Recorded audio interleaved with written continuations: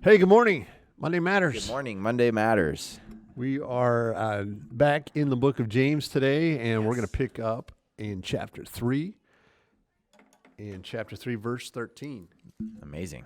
and go from there. So let's just jump right in, and I'll try to read it, and if I can't, then we'll give it to you. Verse 13 of chapter 3 of James. If you are wise and understand God's ways, prove it by living an honorable life, doing good works with the humility that comes from wisdom. But if you are bitterly jealous and there is selfish ambition in your heart, don't cover up the truth with boasting and lying. For jealousy and selfishness are not God's kind of wisdom. Such things are earthly, unspiritual, and demonic. For wherever there's jealousy and selfish ambition, there you will find disorder and evil of every kind. But the wisdom from above is first of all pure. It is also peace-loving, gentle at all times, and willing to yield to others. It is full of mercy and good deeds. It shows no favoritism. It is always sincere. And those who are peacemakers will plant seeds of peace and reap a harvest of righteousness. A lot there. A lot to unpack. There's a lot to unpack. What jumped out to you in reading that? A couple things. Verse 14, if you're bitterly jealous and there is selfish ambition in your heart. Let's talk about ambition for a minute. Is ambition in and of itself, is that sinful? I mean, is that a bad thing? Is that not of God? Or is ambition, it doesn't say ambition, it says selfish ambition. Yeah. Is ambition, I think we need some level of ambition, or we probably don't get out of bed, right? Or we probably don't ever try to do anything. We never try to accomplish anything. What do you think? Yeah. I think ambition is one of those things that is we can never just boil it down to ambition itself. Ambition always has to be connected to a motivation. So a motivation to a goal. So ambition is pretty much how would you define it? The passion to shoot for the stars, dream big. But why? Like ambition to make a lot of money. Ambition to become the best of the best at whatever your profession is. There has to be some kind of end goal for ambition. So yeah, that's why I think it doesn't just say ambition. It says selfish ambition. And this whole thing is what? It's about wisdom. What does it look like to have selfish ambition for wisdom? I think there's probably a lot that we could pull from there. What do you think? Yeah, I mean, it seems like maybe, what's the opposite of ambition? Apathy. Apathy. Yeah. Yeah, and we don't want apathy. No. Maybe humility kind of falls a little bit in that category. A humble ambition, not meaning that you don't want to accomplish. You only want to accomplish a little bit. That's not what I mean. But you want to accomplish something, but it's not really about you. Yeah. Yeah. So the opposite of selfish ambition would be selfless ambition. Yeah. Which is probably really hard to have. What do you think about that? Because that's sort of what this talks about, right? Not selfish ambition, but wisdom above is pure, full of mercy, impartial, sincere. And then it says in verse 13, meekness of wisdom. It literally says humility. On the opposite of selfishness, is that meekness, that humility of wisdom. Do you think it's possible to have selfless ambition? Do you think this passage is talking against ambition or no? Because I sure hope not. I think ambition is a good thing. I don't think it does. I don't think it necessarily does. So, because there's a tie together there. If you are bitterly jealous and there's selfish ambition in your heart, I mean, so there's two things going on in your heart. You're bitterly jealous. That person is doing something and they're getting everything, and I'm trying to do the same thing and I'm not getting much, and so I'm so jealous. And so my ambition is, it's not coming from a good place at that point. Jealousy, especially when it comes to wisdom, at least I think, status. I mean, status was super important back then. Status is so incredibly important now. I mean, all of social media is pretty much built on that, right? It's built on status, attention. feeling cool, this hierarchy, the social hierarchy that's always existed since the beginning of humanity. Wisdom, people who are wise, right? We normally consider like who's someone wise in your life. The wise people in my life are the ones that have really accomplished. They're older, they've lived a lot of life, elevated status. If that makes sense. You say, okay, what does the world look at as wise? Isn't it sort of the same thing? Who does the world listen to? People who, have accomplished, quote unquote, a lot, really rich, a little bit older. What does worldly wisdom look like? I know I'm sort of going, I guess, on shotgun tangential approach, but what does worldly wisdom look like? I don't know. To be wise. So wisdom comes from a place it's beyond knowledge in terms of, I know a lot about that thing. Because you can know a lot about a subject matter, but not have, in particular, to be wise about it. Wisdom comes from a deeper place. I know it when I see it, when I see it in somebody. When you're sitting in a conversation and you're hearing, and somebody's observing this conversation and they're listening. And then suddenly they say something, and it just kind of hits, and it comes from a deeper place, and that what they just said isn't just knowledge. It's not just trying to navigate things through understanding. It comes from somewhere else, and that's sort of this divine wisdom, right? Well, I think so. I think it's humble. I mean, I think some people who have no faith probably have some wisdom, but I think the deepest wisdom I've seen typically comes from people of a deep faith. I don't know. That's been my experience. Although sometimes you can see a kid that shows glimmers of wisdom, and they're growing in their wisdom and that kind of thing. You see that, but. I say a kid, I'm talking about like a young child kind of kid. Yeah. So I'm not talking about you. Oh no, I mean, I'm pretty much 5 years old at heart, but no, yeah. I mean, at least how I would interpret this section. There's just a huge difference between worldly wisdom, who we elevate in the world, loud, popular, rich, versus this kind of God that I don't know, meek, good conduct. Peaceful, like you said, there's a difference between all attention right now. To become popular, to have a reputation in the world on social media right now, you have to be really loud, right? You have to be loud. You have to be able to grab people's attention, say really controversial things, cut people off. Like you go and you watch political debates now, constant cutting off. It's like this competition to see who can cut the other person off and get a zinger in. But the situation you were describing, of the wise person, there's a conversation and, they wait and then they say something that comes from a deeper place. And it's backed up by the way that they live their lives. That's a different kind of wisdom, at least according, I think, to this passage, that there's just a very big difference between this wisdom, what wisdom looks like, whether it's worldly wisdom versus this divine kind of wisdom, that it's going to look different compared to the world where it's jealousy and selfish versus full of peace and humility if it's divine. Help me understand, though, from your perspective, give me an example of somebody who seems to have worldly wisdom, because I'm trying to come up with somebody as an example, and I'm struggling. I don't want to make people angry. Elon Musk? Elon Musk. I mean, you can pick people out from either side of the aisle, because I don't want to look ultra political here.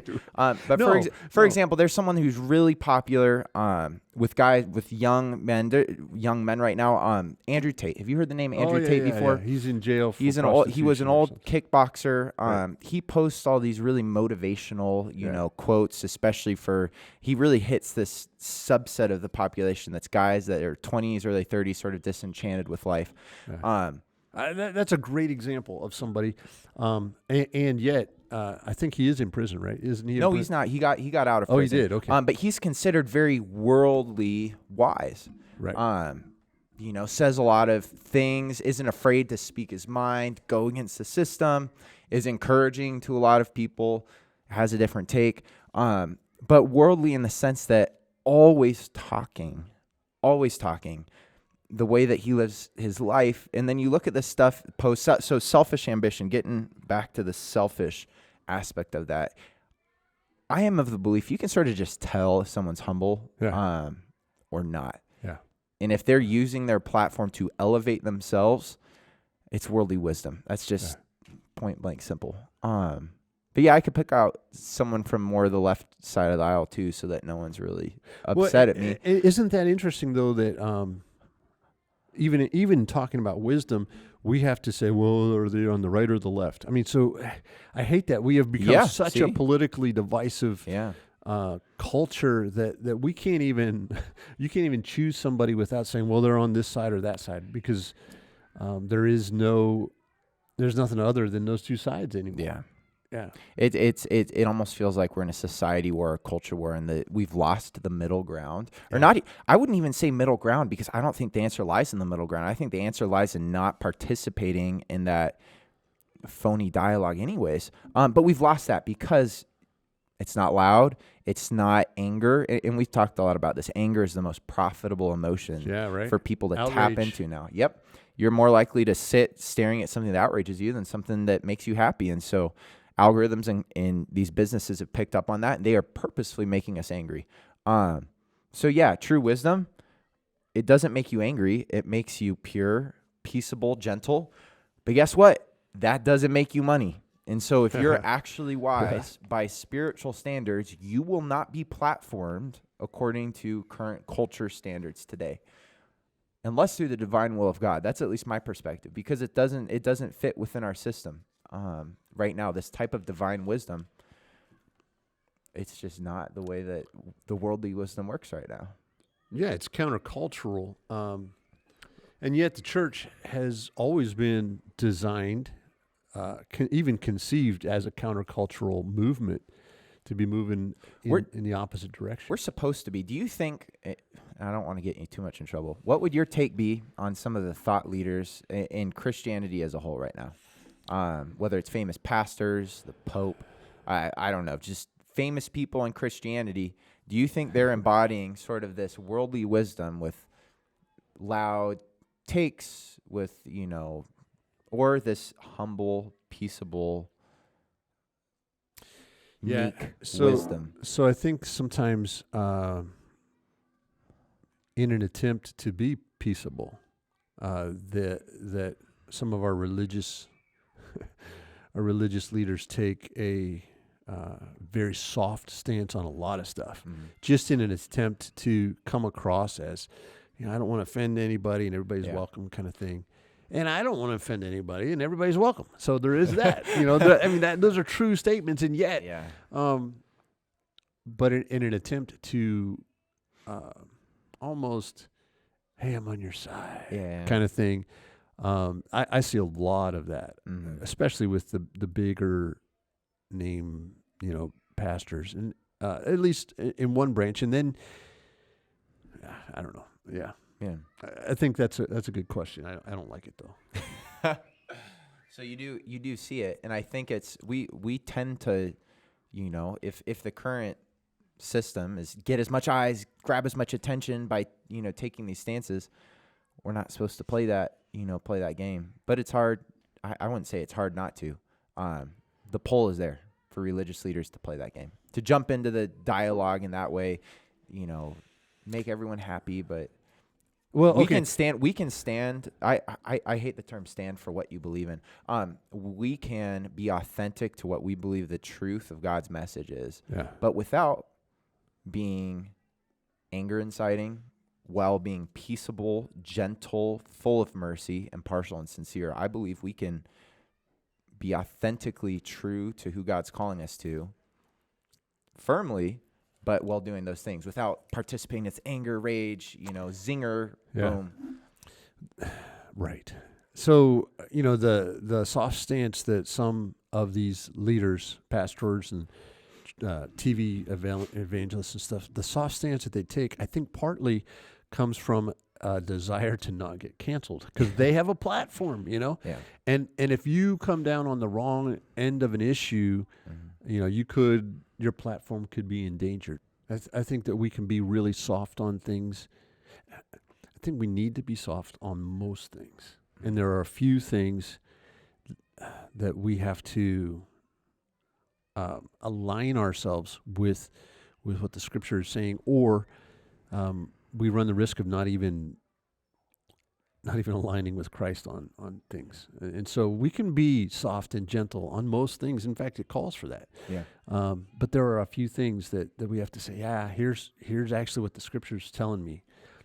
Yeah. And I think there's strong does not mean loud. That's just what I'm thinking. I'm thinking of my dog, Bo. He growls. He's loud. He barks really, really loud.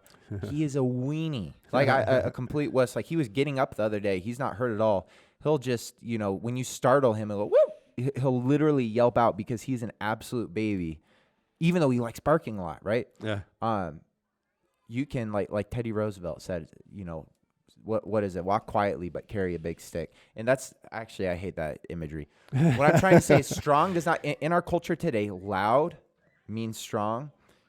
Spiritual wisdom, we can be strong while being gentle. We don't have to be loud when we're strong and saying this is actually, what we hold to. This is the way that we view the world. This is the kind of lives that we're trying to live. But that doesn't mean I have to be loud about it. Yeah, I think that's a great point because so often, even a quiet answer can be really loud if it's strong. Sometimes a strong, quiet answer is way louder than noise. Yeah. And it should be. The words of Draymond Green, Draymond Green from the Warriors, insecurity is loud. That's what he posted. Insecurity is loud. And I mean, I agree with him. Yeah, true confidence, the spiritual wisdom and confidence. You don't need to be loud. You can be quiet. Yeah. But what about jealousy and selfishness? Let's see, verse 15. For jealousy and selfishness are not God's kind of wisdom. Such things are earthly, unspiritual, and demonic. Demonic. Why do you think you he want to said touch on that? Why did he say demonic? That when I read that, I was like, what? Wow. Demonic. Right? What do you think? So why do you think he included the word demonic there? I think jealousy and selfishness take root in us. And Satan Satan wants to get a foothold in our lives. And jealousy grows. I mean, it just grows. And selfishness, I mean, those things take root and they are giving Satan a foothold. Demonic activity is allowing the demons. I have to be a little bit careful about that because I don't even know exactly how the spiritual realm works. Yeah. But James is looking at it saying, that's demonic activity. Yeah. You're giving demons voice in your soul, and they're killing you. They're transforming you. I love it because oftentimes when we think of demons, we think of this outside thing. God is love. We see, especially in your favorite gospel, Book of John, right? Yep. Favorite gospel. Yeah. Constantly, Jesus is talking about, if you love me, do what I command. If you love me, do what I command. The disciples, Jesus, talking back and forth. My command is this, that you would love one another. This sacrificial love, complete others-centered, sacrifice, self-sacrifice for others. What's the opposite of self-sacrifice? Self-centeredness. Yeah. I love it because it really points to the fact that demonic activity isn't just, I'm tempted by this demon, that demon. It's selfishness down to its root. This selfish ambition. Jealousy is, I want for me what you have. Self-focus, self-centeredness, which is all that the culture and world is about today. Yeah. And it's what we fall into, when we're weak, when we're struggling, I fall into thinking about JD, this is what I want. I want what I want, and I want it now. That's demonic. Demons aren't just these outside, struggles or, I was tempted to do, this, or, it can just be caring more about myself than about those around me. That is actually demonic. James is, punches. It just punches you, Yeah, when you think about, we're either, as Christ followers, we're either being transformed into the image of Jesus, or we're allowing Satan to transform us into his image. And so if we're going to follow Christ, we're going to be transformed. But selfishness and what was the other one? Jealousy and selfishness, that's nothing like Jesus. That's not the image of Jesus. He's the exact opposite. And so in a sense, it's a demonic whisper that we're open to. And when you allow yourself, and I've allowed myself to get jealous of people, and I've allowed myself to be selfish, and I've had to fight against those things many, many, many times in my life. Maybe a lot of times. Well, many is a lot. Yeah, it was weird. Yeah, it's almost like, I know it's like, do you choose Jesus or do you choose to follow the devil? The funny thing is the reality is you either choose to follow Jesus or you sort of choose to follow yourself, and the devil's in that. If that makes sense. It's such a great. The devil's so smart. He really is tactically, in the sense that he knows, at least in our current context, where it's not spiritualized Western, whatever you want to call it. It's not this choice between Jesus and the devil. Who are you going to worship or serve? It's this choice between Jesus and ourselves. That's the devil choice right there. We just don't realize it because the devil's pretty much, trying to manipulate us in that way. Well, right. Yeah. And you even go back to Genesis, the choice that the serpent gave Adam and Eve in the garden was to be like God, and you can taste the fruit and you'll be like God. Well, of course I want this for me, and that was the selfish choice. And so it's the same trick. It's just takes on all these different, my fruit might be something else. Yeah. Like the serpent didn't try to walk with him. Like, hey, come over to my garden. No, the come devil worship created. me. Yeah, no. He just said, you can be as good as God, Jealousy right there. Hey, thanks for joining us on Monday Matters. We'll pick up next week on chapter 4 of James. Absolutely. Monday Matters.